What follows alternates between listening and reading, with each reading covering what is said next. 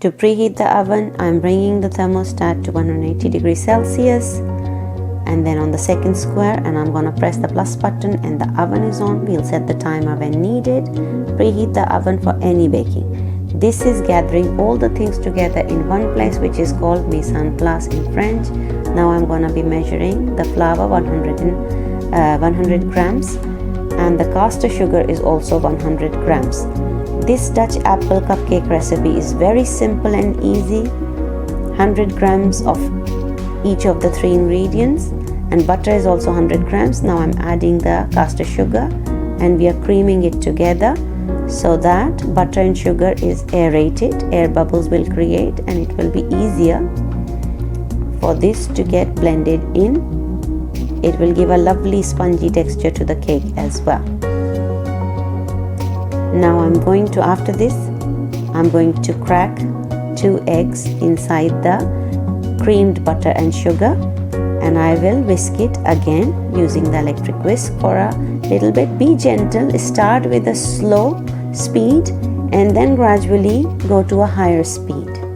Otherwise your batter will start going all over the place. Now we are going to be adding the flour and the baking powder mix into the egg, sugar and butter mix. I used my hand first before turning the whisk on, as you saw.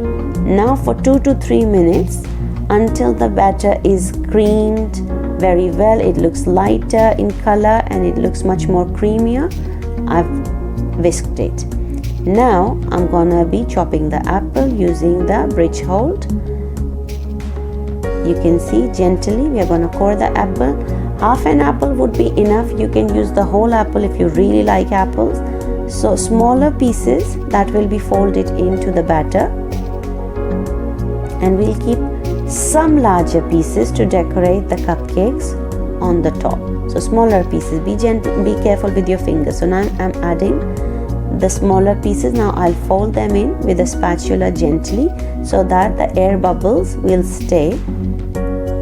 And now I'm adding the cupcake mix to the cases, 1 tablespoon at a time. You can always top up the leftover batter so that it's equally distributed. I'm putting the larger pieces of apple on top of the cupcakes, and now I'm adding some cinnamon powder. You can add a tiny bit of cinnamon powder in the batter as well if you like cinnamon. So I'm topping some, gently shake it or use your hands to put a pinch of cinnamon, and add castor sugar as well, the brown sugar.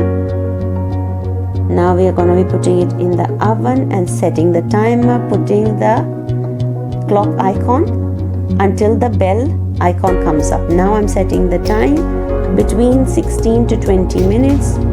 We'll be setting the time. I'm setting to 16, and we will come and check when the top is golden. The cakes are ready. They look really nice and they smell really beautiful as well. Thank you very much for watching. They are ready to come out of the oven. Bye.